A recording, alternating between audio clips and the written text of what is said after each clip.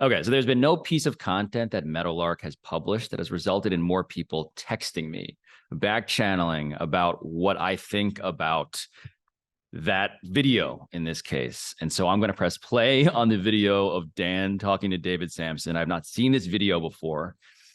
I'm going to put these headphones on. I'm going to press play, and we're going to watch this shit together, I guess, and find out why everyone's bothering me. One of the great causes of my frustration and anger and upset over these last couple of years is the process by which I was welcomed into this show and into this world, because you had to, again, defend it, and you didn't want to. You were upset that you had to talk about it, and you didn't want to thrust me on anyone. Thrusting. And David, you're screwing it up every time. And it just, you don't realize how hurtful that was. I think I might not realize how hurtful it was because I can't possibly know what it is to hurt that way. But I know what I was fighting for, and I wanted it to be easier. But I do have to explain to people what this is. This is. I'm just gonna pause this. This is already Dan. Dan's messianic complex. This is Dan sacrificing himself or something in order to achieve some greater goal that Dan believes is necessary. In this case, I believe it is laundering the likability of David Samson, but I digress. People, what this is, because my audience is, I would say, in this medium, uniquely loyal. They have expectations for me. They are very uniquely loyal. Why don't they trust you? If they're loyal to you, doesn't that mean they trust your decisions? Well, wait a minute, though. That's a really good point by David Sampson. Where I would stop you is they do trust me. They are so trustworthy. They will trust you, but they won't trust you about me. It's a good point by David Sampson. Right up until they run up against somebody who is so untrustworthy that the untrustworthiness is larger in size than whatever the trust was. Have you ever had someone like that before? No. I can't even believe that. I want to edit Dan saying no right alongside Liam Neeson saying no when he's talked about sharing full profits from films with women. But that's the role I play, that I'm testing the loyalty of your audience, the most loyal audience I've ever seen. David, this week you saw it all over the place. You are hugely polarizing. I would venture to guess polarizing that such a great euphemism. Outside of this company, does no one understand this relationship. I would say that inside of this company, 0 people understand this relationship. Not one person understands it. 0 people. There's now one person. You believe that? Who's that person? There's now one person. Pablo. Pablo understands this relationship. I've spent a lot of time with Pablo, and we spent a lot of time talking about this company, about you, about us, and we have formed a relationship. You introduced us at a dinner many, many, many years ago, and we started a conversation. And it's always very tricky to me when one friend introduces one friend to another friend. You start off with a group text, and then you go to a side text, and it's always tricky. Is it okay to do the side text? David Sampson and I text a lot with Dan, not on the group chat. I can validate that. We've spent a lot of time together. We've gotten to a lot of dinners together. I was just talking to David on the phone earlier today. As much as I want to not be the person who David is describing, I am exactly that person. Texting and to grow a friendship. And we both felt blessed by you. Please form this relationship. And we have. And he's uniquely positioned to understand it. But again, that hurts me too. Because the people who I've been around, who have been around you for all these years, who still don't, that means that there is such a problem with how I'm communicating or how people are perceiving me. Both things are true. There is a problem with how David is communicating and how people are seeing him. Yeah, I feel like I have a unique capacity to understand him in ways that other people are maybe not willing to understand him or don't give him the time in order to be understood. And I just think that the David Samson character that people don't get, the part of it that I love is that he is so open and willing to be wrong, despite having all of the conviction that he is right. He is somebody who is actually endlessly curious about his blind spots, even if he will lead with a level of confidence that indicates that he has never had any doubts about whether he is correct in his analysis, because he analyzes things perpetually and rigorously and from angles that are in many ways the opposite of how Dan operates. They have enormous blind spots. They are arguably the opposite blind spots. That I've made no progress at all. I remember, I don't know if you remember this, I remember you being dumbfounded one time because we were having a conversation that had a great deal of vulnerability in it, and you asked me some form, probably because you were testing something, you asked me some form of, do you talk this way to other people? And I'm like, yeah, I got like 20 relationships like this. Those are my friends. That's my inner circle. And you were like, what? How can you do that with 20 people or whatever your friendship base is? And I would say that one of the things that the producers of this iteration of South Beach Session have encouraged me to do is to have the conversations that I have privately with some of my most intimate relationships, to have them publicly, because people could get to see a broader version of humanity, of people, flaws and all, idiosyncrasies and all. I want to do one of these with Dan Patrick because I don't believe that people have seen what he pushes. I want to pause here because Dan is telling the truth about how he has seemingly an inner circle of 20 friends, all of whom he is varyingly distant from. Like, he's not somebody, in my experience as his close friend, guy who married him and Valerie, who officiated that wedding. It's not that he is on the phone with his 20 most intimate friends all of the time. If I crack that group, which I'll presume I do, maybe I don't. But the point is, there is still a remove where, like, yes, he could have 20 people plausibly occupying the same position because none of them are actually all of the way in on the inside of his most inner circle of his emotional and psychological core. David actually is far more willing to let you all of the way in to, like, the molten lava, whatever the fuck's happening in there. Dan kind of has a bunch of people out at the perimeter. Yeah, that part it cuts to the core of my relationship with Dan too, incidentally. Is down under Irish athleticism and masculinity. You don't have that with others? How did this work for this show?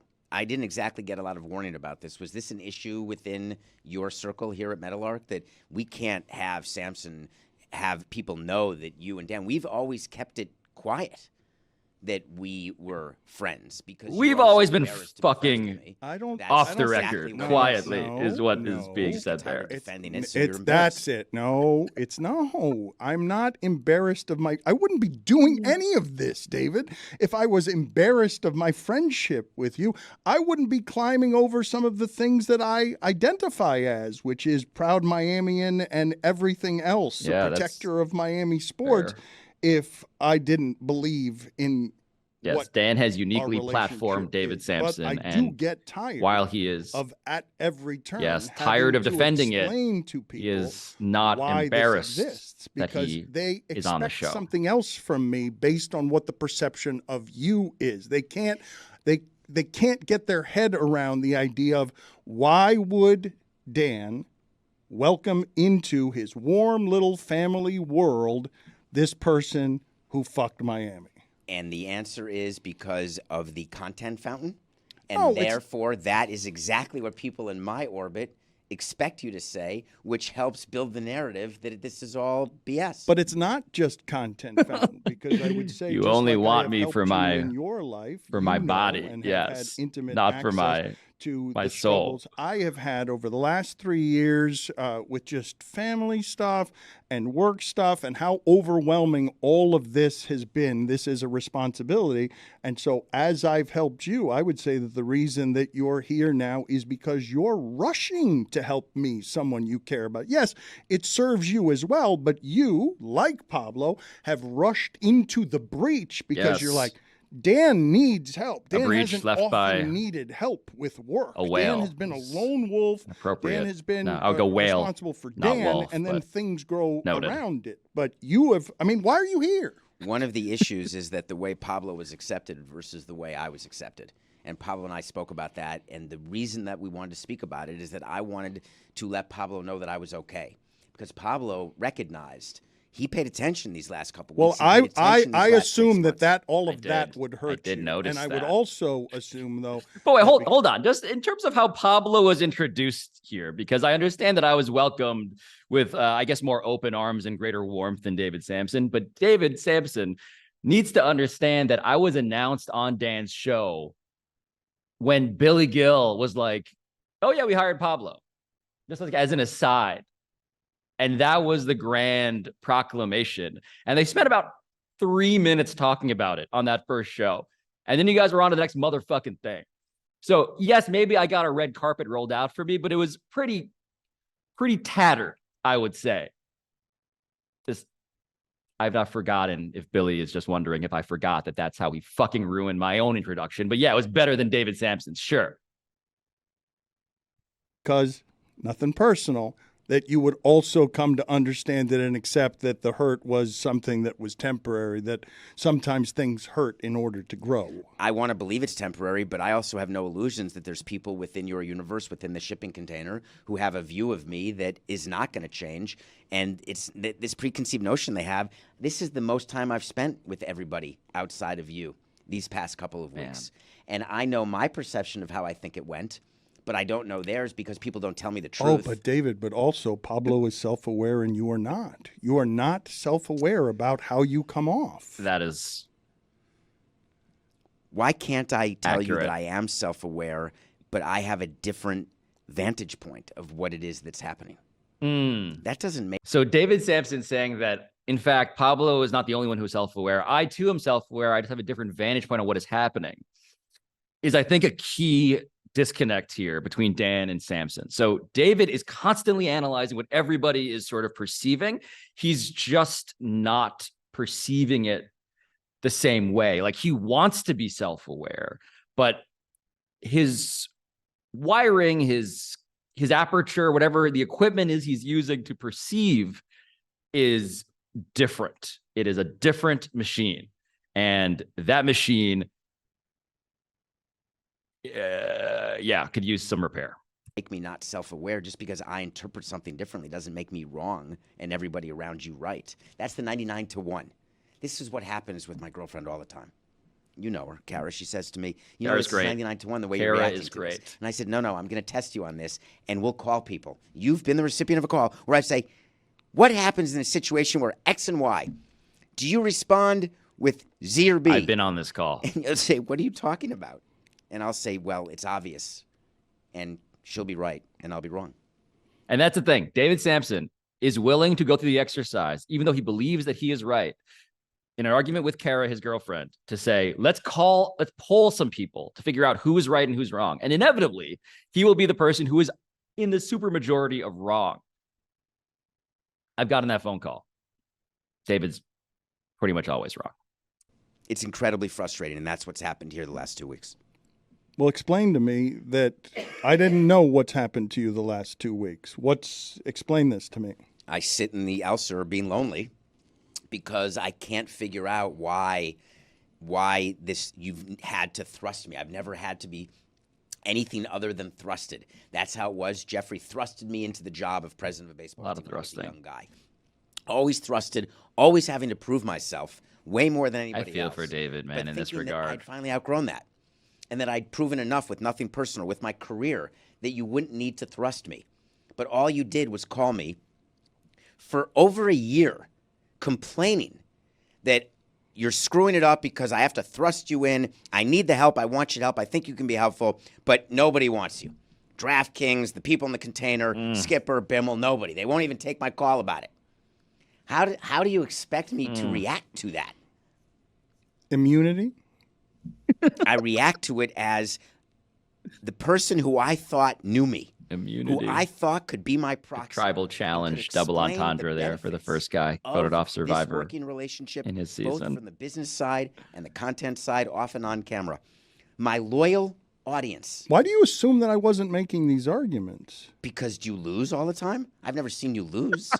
I run this company very loosely. Have you not seen what a zoo it is? It's a fact. It's a fact. David is presuming that Dan is an actual leader of a company. And so when David is saying, how could you lose all of these arguments to people who work for you over whether I should be hired? Dan is saying, I mean, convincingly to me, have you not met me? I'm terrible at this. And that is also true. It's 100% true. That's because you don't care about the things that make it a zoo. Are you saying that you're putting me in the category of lunch? I am saying to you this that is getting worse, actually. I was making all of the arguments on your behalf, and the resistance was really strong. But you know better than they do why you were doing it. Okay, and you're here now. We ended up getting here. And you introduced me in the most hackneyed way. Oh, I can sense Dan getting more frustrated. Even take a call to prep how you were going to onboard it. And on the air, it was David loves a call to prep. But loose doesn't have to be incompetent. Loose is supposed to be compelling. You think the way that I introduced you here was hackneyed and incompetent? What did you want it to be? Show me how that should have looked. This part is genuinely uncomfortable because David is now criticizing what Dan actually is good at. The thing that Dan actually wants to do, which is do the show in a way that he thinks is best. And Dan, in this just like, I don't like that. I don't want to be in that room when this conversation is happening. Dear God. How would you have done it if you were me to introduce David Sampson to an audience that is a portion of the audience that is really resistant to the idea of David Sampson? I think it's almost time for you to realize that the way to build a billion-dollar company is not based on just having a Miami audience. And you continued, I understand your loyalty to Miami. You may be a Miami-based company, but that is not how we're adding value to the Meadowlark. It's a national, international brand. People outside of Miami don't care about the Marlins or about what I did or a stadium. Here's how I would have thought you would have introduced me. Finally, David Sampson is here, and he's not going anywhere. Watching Dan's face. You are going to learn to appreciate him, love him as I do, because you're going to find that your job is made easier by his presence. The audience will find it interesting what he has to say. And I wanted to make sure that nothing personal, as well as the things that we do together on this show, were all housed under the same umbrella because it's something that we have talked about forever. And today is the day it starts. You got to earn that from the audience. It's not going to be because I'm going to sell it to the audience in my voice. You're going to have to. I mean, so this is true. So Dan does not sell everybody. So Dan did not sell David. He did the opposite. He sold him as a villain, said how much he sucks. All of that's true. Dan does a version of that. I guess is just, am I having fucking therapy now? Like, yeah, he does that to me too. Like, he's not going out there trumpeting how awesome I am. He is making me earn that. He wants to make you earn it when he feels like the audience needs to see you jump over some hurdles before they put their trust in you. Like, that's not specific to David, although David certainly is like the most obvious poster child of that. That's correct. And look, you're more likable than you've ever been in your life, the way I've done it, not the way you've done it, the way that I've done it. You have more support nationally from our audience than you've ever had. You have more popularity at that microphone than you have ever had. And do you think it's just because... That is true. Dan, by doing this, has made David Sampson the most likable he has ever been in his entire life, and it is not close. That is all 100% true. That you've been mean and bullying to me, or No. because I've earned it by what I've done over the last number of years? You've got to earn it. I'm not going to give it to you publicly by saying, "Here's David Sampson, everybody," except David Sampson. For Pablo. Oh my God! I don't handle our social media account. I didn't pin social any media is tweet. fantastic. And the whole thing. You made it a pinned tweet for me. Yes, Juju pinned the Variety article announcing me joining Metalark to the show account. That is true. They did not do that for David Sampson. Do you want me to? Are you guys just baiting me into like explaining why I deserve to be a pinned tweet on the account? Is that what this is? I'm not going to do it. I'm already enough of an arrogant Harvard asshole who happens to be wearing a shirt that says Harvard on it. Okay, I don't need to do that. I'm not going to do it. I'm not going to explain why I deserve to be the pinned tweet. Sorry. With Juju, who I appreciate more than most. But you clearly onboarded Pablo. Pablo and I laughed about this. Pablo called to make sure I was okay because it was so clumsy and made him look so good and easy. And with me, it was so ridiculous. It was good and easy, though. I did not it was structure or organize the way that Pablo was introduced. That's 100% true. I just want to make clear how little Dan had to do with me being hired at Metalark. Dan, I made this so easy on everybody. Like, Dan was not like working this. He was not negotiating with me. We never talked money. I never talked money once with Dan. He was not somebody who I was asking anything of. In fact, if there's a frustration that David should have, it's that everyone else who works with Dan made it so easy because they wanted to hire me and they didn't want to hire him. But it's not because Dan did it. Don't give Dan that much credit. He's incompetent. Had anything to do with how that was. Why do you think you're neutering yourself by every word you say? You're in charge. David, you're in charge is different than my in charge. This is facts. You're in charge is corporate asshole who overruns an empire and does a lot of things that people don't like. I pick and choose my spots on what I'm going to do. It's true. Things that others aren't going to like. I'm going to do it over things that I believe in. I believe in you, and I've onboarded you the way that I wanted to onboard you. In the most hurtful way possible. I mean, just laissez-faire. Laissez-faire. The most hurtful way possible for a man who's almost fundamentally incapable of being hurt. I'm growing. So I just think it's appropriate that ended with accusations of them neutering. David accusing Dan, you're neutering yourself. That's appropriate because the sexual tension in that South Beach session is palpable. And just make out already. Just make out. Leave me out of this.